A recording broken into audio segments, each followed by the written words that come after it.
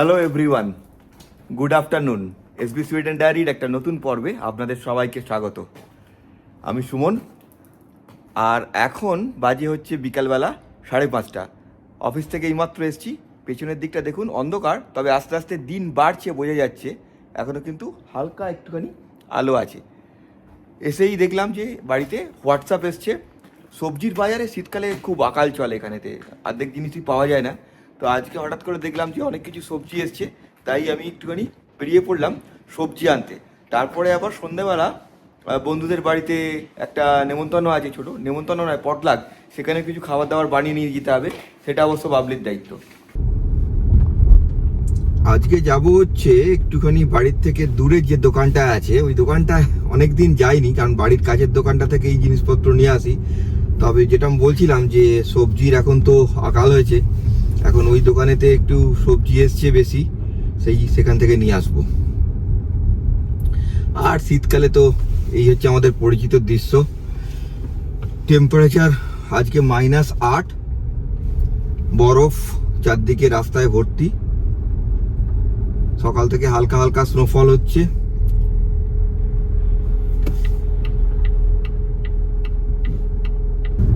রাস্তায় যেতে যেতে একটা ইন্টারেস্টিং কথা বলি, এটা নিয়ে খুব আলোচনা হচ্ছে, আমাদের বন্ধু বান্ধবদের মধ্যেও খুব আলোচনা হচ্ছে। যে জিনিসটার জন্য দীর্ঘদিন ধরে আমাদের মতো যারা বাইরে এসে সেটেল হয়েছে বা হওয়ার কথা ভাবছে, এখনো পর্যন্ত সিটিজেনশিপ বা পার্মানেন্ট রেসিডেন্সি পায়নি, তাদের চর্চার মধ্যে ছিল, সেটা হচ্ছে সুইডেনের সিটিজেনশিপ এবং পার্মানেন্ট রেসিডেন্সি পাওয়ার যে রুলস, তাতে আমূল পরিবর্তন। বেশ কিছু পরিবর্তন এই সরকার আসার পরেতে আস্তে আস্তে অনেক দিন ধরেই হচ্ছে। যেমন ভিসা যখন দেওয়া হয়, ওয়ার্ক পারমিট আমরা বলি, যারা বিদেশ থেকে অ্যাপ্লাই করে সুইডেনের বাইরে থেকে বা ইউ এর বাইরে থেকে, তাদের জন্য মিনিমাম যে স্যালারি লেভেল, সেটাকে অনেক দিন আগেই বাড়িয়ে দেওয়া হয়েছিল। প্রায় 29,670 ক্রোনা মিনিমাম স্যালারি পেলে, মানে সেরকম চাকরি পেলে তবেই অ্যাপ্লাই করা যেত, যেটা আগে অনেকটাই কম ছিল। সেটাও এবছর জুন মাসে বেড়ে যাবে, প্রায় 33,000 ক্রোনার মতো হয়ে যাবে। তাছাড়াও নানান রকম রুলস চেঞ্জ হচ্ছিল, যেগুলো এই ইমিগ্রেশন বা পার্মানেন্ট রেসিডেন্সি পাওয়া বা ভিসা পাওয়াটাকে আস্তে আস্তে কঠিন করে দিচ্ছিল। প্রচুর মানুষ তো আসেন যারা সেটেল হওয়ার জন্য আসেন, কারণ অনেকের বাচ্চার ভবিষ্যৎ এবং বাচ্চারা এখানে পড়াশোনা করছে, তার জন্য সেটেল হওয়া। সবসময় এদেশ ওদেশ করলে বাচ্চাদেরও অনেক অসুবিধা হয়, নিজেদের কর্মক্ষেত্রে অনেক অসুবিধা হয়। সেক্ষেত্রে একটা লম্বা পরিকল্পনা থাকে, বিশেষ করে ফ্যামিলি যাদের থাকে। তো সেই জিনিসটা যখন বারবার চেঞ্জ হতে থাকে, আমরা ইউএসএতেও দেখেছি রিসেন্টলি অনেক রকম রুলস চেঞ্জ হচ্ছে, যাতে করে এই ধরনের ফ্যামিলি পার্সন যারা হয় তাদের খুব টেনশন হয়, চিন্তা হয়, এবং তাদের নানান রকম অসুবিধার মধ্যে পড়তে হয়। এই চিন্তা টেনশনটা প্রত্যেকটা ফ্যামিলি যখন বিদেশে আসে, এসে সেটেল করতে চায়, এবং সেটেল হওয়ার আগে পর্যন্ত যে ব্যবস্থাটা, তার মধ্যে কিন্তু এই চিন্তা টেনশনটা সব সময় থাকে। কোন রুল কখন চেঞ্জ হচ্ছে, তাতে আমাদের কি ইম্প্যাক্ট হচ্ছে, কি অসুবিধা হচ্ছে। যাই হোক, যে কথাটা বলছিলাম, সব থেকে বড় যে পরিবর্তনটা হচ্ছে সেটা হচ্ছে এবছরে ব্যবস্থা প্রায় পাকা হয়ে গেছে। যে সুইডিশ সিটিজেনশিপের নিয়ম ছিল যে 5 বছর টানা থাকলে পরে তারপরেতে সিটিজেনশিপে অ্যাপ্লাই করা যায়, সেটা 5 থেকে বাড়িয়ে 8 বছর করে দেওয়া হলো। অর্থাৎ টানা 8 বছর থাকতে হবে সুইডেনে, তারপরে সিটিজেনশিপ পাবে। দ্বিতীয় পরিবর্তন হচ্ছে সুইডিশ ল্যাঙ্গুয়েজ শিখে তাতে পরীক্ষা দিতে হবে, এবং একটা পরীক্ষার নির্দিষ্ট লেভেল পাস করতে হবে, তবেই গিয়ে সিটিজেনশিপের অ্যাপ্লাই করা যাবে যে কোনো কাউকে। আর থার্ড হচ্ছে, এটা আরেকটা অবশ্য পার্মানেন্ট রেসিডেন্সিপের সঙ্গেও জড়িত, কারণ পার্মানেন্ট রেসিডেন্সিপ হচ্ছে একটা শর্ত সিটিজেনশিপ পাওয়ার, যেটা 4 বছর থাকলে পরে দেওয়া হয়। এই পার্মানেন্ট রেসিডেন্সিপ পেতে গেলে বা সিটিজেনশিপ পেতে গেলে মিনিমাম একজন প্রাপ্তবয়স্ক মানুষকে 18 বছরের ওপরে 20,000 ক্রোনার স্যালারি পেতে হবে। সে স্যালারি পাক বা ইনকাম করুক সেলফ বিজনেস করে বা অন্য কিছু করে, 20,000 ক্রোনার তাকে ইনকাম করতে হবে। এটা কিন্তু বাইরে থেকে ভিসা অ্যাপ্লাই করার জন্য অ্যাপ্লিকেবল না, তার জন্য কিন্তু 30,000 ক্রোনার যেটা আগে বললাম সেটা দরকার, তা না হলে ভিসাই পাবে না। এটা বলছি যারা এদেশে অলরেডি আছে, অনেকে ডিপেন্ডেন্ট ভিসায় আসে, যেমন ওয়াইফরা চাকরি করলে হাজব্যান্ডরা আসে ডিপেন্ডেন্ট ভিসায়। কারোর বাচ্চা হয়তো এখানেতে এসছে 16-17 বছর বয়সে, পড়াশোনা করার পরেতে 18 বছর বয়স হয়ে গেছে, তারপরেতে যখন তারা সিটিজেনশিপের অ্যাপ্লাই করছে, তাদের ক্ষেত্রে এটা যারা এখানে আছে অলরেডি।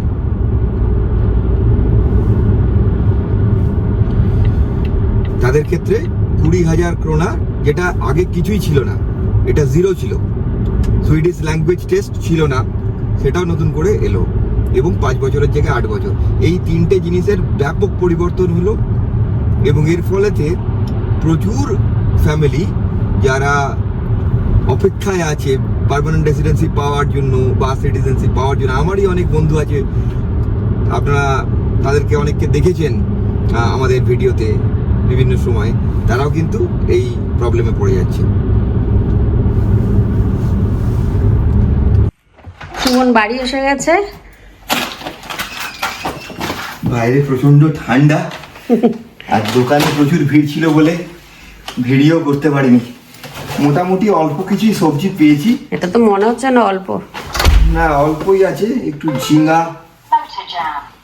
ঝিঙা আছে, একটুখানি মটরশুঁটি আছে, একটু পটল আছে, এগুলো পাওয়া যাচ্ছিল না, সেগুলো নিয়ে এসেছি। আর বাকি সব সাধারণ জিনিস, চাল নিয়ে এসেছি, একটুখানি পরোটা। আর আমি এদিকে ঘুগনি না, আলু কাবলির প্রিপারেশন তৈরি করে দিয়েছি। শসা লঙ্কা এখানে কেটেছি, আলু সিদ্ধ করা আছে, তেঁতুল করেছি, কাত তৈরি করেছি, এখানে ঘুগনির মটর সিদ্ধ আছে। এখনও অনেক কিছু কাটতে হবে, সেগুলো কাটাকাটি করব। মোটামুটি রেডি হয়ে গেছি, একটু ড্রেস আপ করতে হবে। আর আজকে আমরা রাজীবদের বাড়িতে যাচ্ছি। এটা বলো, রাজীবদের তো সবাই অনেকেই অনেক পুরনো ভিডিওতে দেখেছে।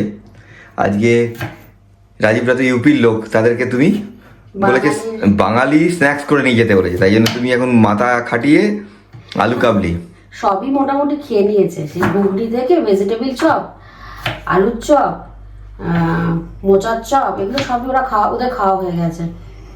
আর প্রত্যেক শুক্রবারই আড্ডা মারতে মারতে আর কিছু বাঙালি খাবার বাকি নেই। তো আমি ভাবলাম বেশ, বাইরে তো অনেক ঠান্ডা, একটু ঝাল ঝাল টক টক করে আলু কাবলি বানিয়ে দিলে। ওই জন্যই এখন তার প্রিপারেশন চলছে।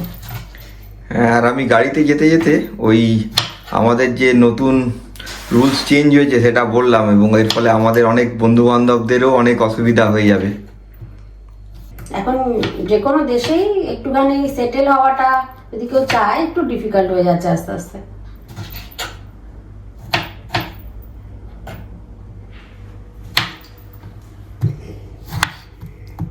ধনে পাতা কাটা চলছে।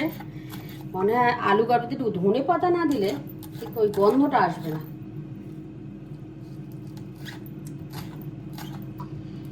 প্রত্যেক শনিবার বা শুক্রবার এই আড্ডা মারাটা বাধ্যতামূলক। এটা না মারলে না সারা সপ্তাহ ঠিক। এখন তো অন্ধকারে আমরা ঘরের ভেতরেতে, গরমকালে যেমন আমরা বাইরে মাঠেতে সবাই মিলে একত্রিত হই। হ্যাঁ, সেটা এইদিকে ওদিকে যাই, ঘুরতে যাই, সামারে তো 15 দিন ঘুরতে যাই, সেটাতেই কেটে যায়। তার আগে গোছাগাছি সবকিছু নিয়ে এই উইন্টারের সময়টা খুব দরকার, এই আড্ডা মারাটা। এটা সারা সপ্তাহের একটা এনার্জি যোগায়। এই একসাথে বসে খাবো, না হলেই তো ডিপ্রেশনে চলে যাবে মানুষজন। না আমরা ডিপ্রেশনে না, আমি বলছি আড্ডাটা না হলে।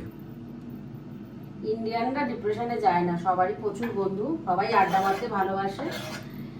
ডিপ্রেশনে তারাই যায় যারা বন্ধু বান্ধব বা বন্ধু বান্ধবদের সাথে আড্ডাটা খুব একটা মারে না, তাদেরই সমস্যা। যারা এইসব ভালোবাসে তাদের জন্য কোনো অসুবিধা নেই।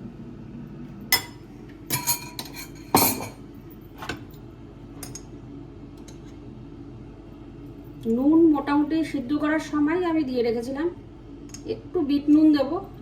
দেখি একদম লাল লঙ্কা দিচ্ছি না, বাচ্চারাও যদি খায় ওই জন্য আর কাঁচা লঙ্কা দিয়েছি, ওতেই হয়ে যাবে।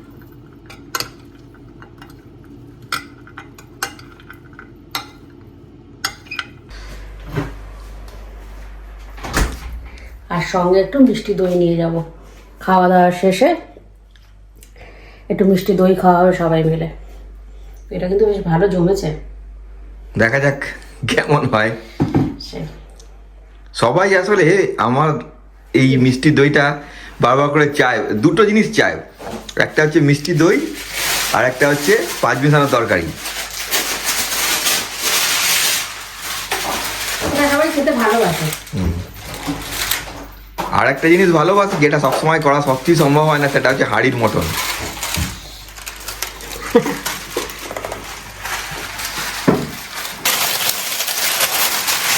মিষ্টি দইটাকে সুন্দর করে একটুখানি কি বলে আমাদের মিষ্টির দোকানের ওপরে যেরকম কভার দেয় এরকম কভার দিয়ে আগের বারে নিয়ে গেছিলাম দড়ি বেঁধে। কাগজটা বেশি বড় হয়ে গেল, ঠিক আছে ডাবল করে দিয়ে দাও।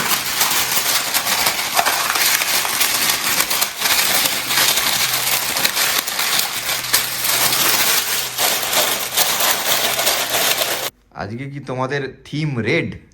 ইয়েস, আজকে আমাদের থিম রেড, তাই আমি সব রেড করে নিয়েছি। আর একদম বাড়ির সামনে গাড়ি থেকে নামবো তো, নেমেই ঢুকে যাব, সেই জন্য আর খুব বেশি সোয়েটার জ্যাকেট ট্যাকেট পরতে হবে না। আর নিচে গ্যারেজে যাব গাড়ি, এখানে উঠবো আর ওর বাড়ির সামনে একদম গিয়ে নামবো, সেই জন্য খুব একটা অসুবিধা হবে না। আর আজকে থিম রেড ছিল বলে আমি সবই রেড পরেছি, কিন্তু এটা সাদা পরলাম, ভালো লাগছে দেখছি। তাই এই হচ্ছে সমস্ত রেডি করে নিয়েছি, এখন যাওয়ার পালা।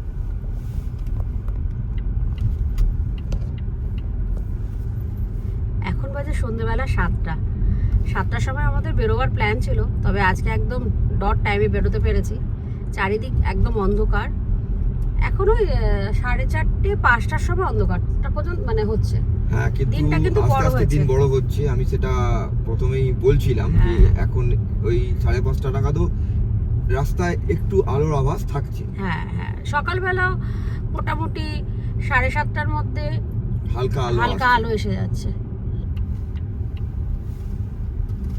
যাই হোক, মোটামুটি আমরা এসে গেছি, আর 3-4 মিনিট গেলেই ওর বাড়ি পৌঁছে যাব।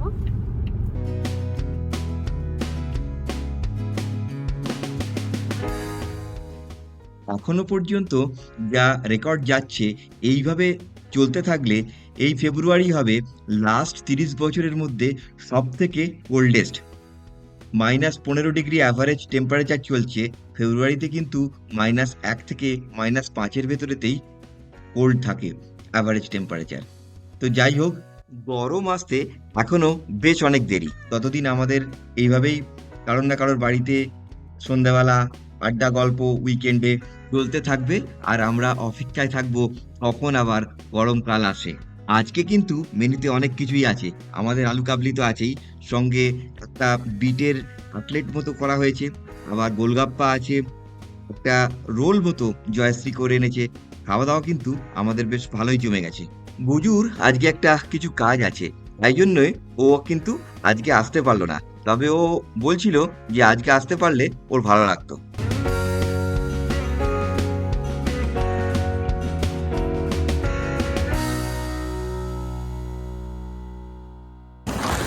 এখন বাজে রাত্রেবেলা 11টা, দারুণ পার্টি হলো, এবার বাড়ি ফিরে যাওয়ার পালা।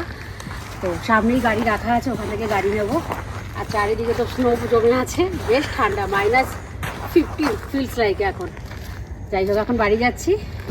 আর আজকের ভিডিওটা এখানেই শেষ করলাম। সবাই ভালো থাকবেন, নতুন ব্লগে আবার আপনাদের সাথে দেখা হবে।